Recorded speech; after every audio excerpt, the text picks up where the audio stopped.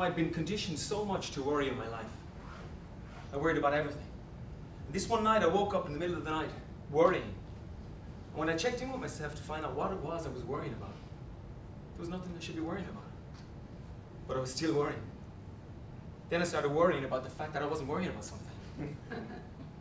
And then I made up a few things to worry about. But then I decided, you know, enough is enough. I'm going to stop. There's things in my life are going to have to change. Because I want a more fulfilling life. And I found that there was three things. Three things is all I needed to change my life. And more importantly, I discovered that all I had to do was to choose to change each of them. And they were conditioning, thoughts, and energy. Now, conditioning, from such an early age, we're conditioned by our parents, our teachers, friends, society. You know, when we arrive into this world first, it's funny. Well, it's actually not funny at all when you think about it, because we arrive into this world first and we're conditioned with what? Ow! Welcome to the world. We're brought into this world with pain.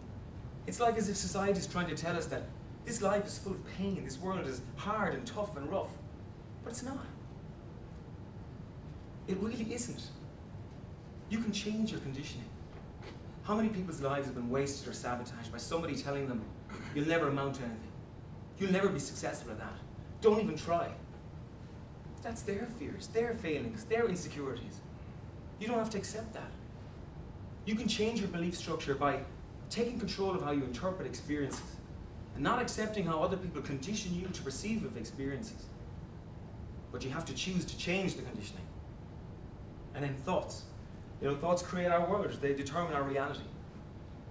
But you control your thoughts. You are not your thoughts, you are the thinker of your thoughts. Thoughts are really powerful. Think for a second. You wake up one morning, your alarm clock goes off late, you're 15 minutes late for work, traffic's going to be terrible. Your next thought is, my boss is going to kill me, the team, I'm going to let them down, it's going to be absolutely a crap day. And what happens? It turns out exactly as you planned.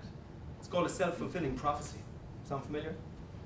We were in America a few years ago and two American guys decided to join us for a round of golf, Bill and Bob. And on the second tee, there was a lake on the left, lots of water. And Bill said to Bob, don't I always hook it into the water? Every time I hit this hole, I hook it into the water, don't I? What? And what happened? He was nearly in the lake before the ball went into the water.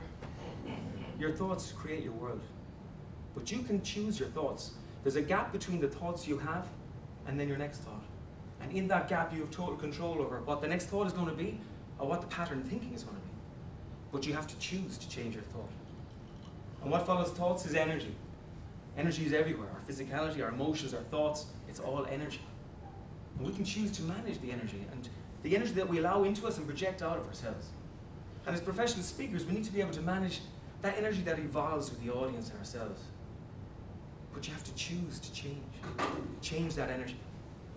So I want to teach you a very quick technique that I learned a few years ago. It's all about breathing techniques to balance the energy and the emotions that you have. Everybody, very quickly, time is paused, I'm afraid. Put your index finger on your middle eye, this agni chakra. Next, put your thumb on the nostril on your right, and the other two fingers your other nostril. I'm trying to say something that sounds really important. Okay, that is a technique and I can show you at the break. But you know what? I just wanted to make you laugh. Because laughter is one of the strongest energies and emotions we have. And you know what? I don't think we laugh enough in this world. And you know what? A life without laughter is no life at all. So the reason I'm here, the reason I can stand up here and talk to you about what I absolutely love, the reason I'm living such a fulfilled life and I love it is because I realized I had to change my conditioning. I realized I had to change my thoughts and I realized I had to change the emotions I allowed into me, that energy in and out of me. But above all else, I had to choose to change.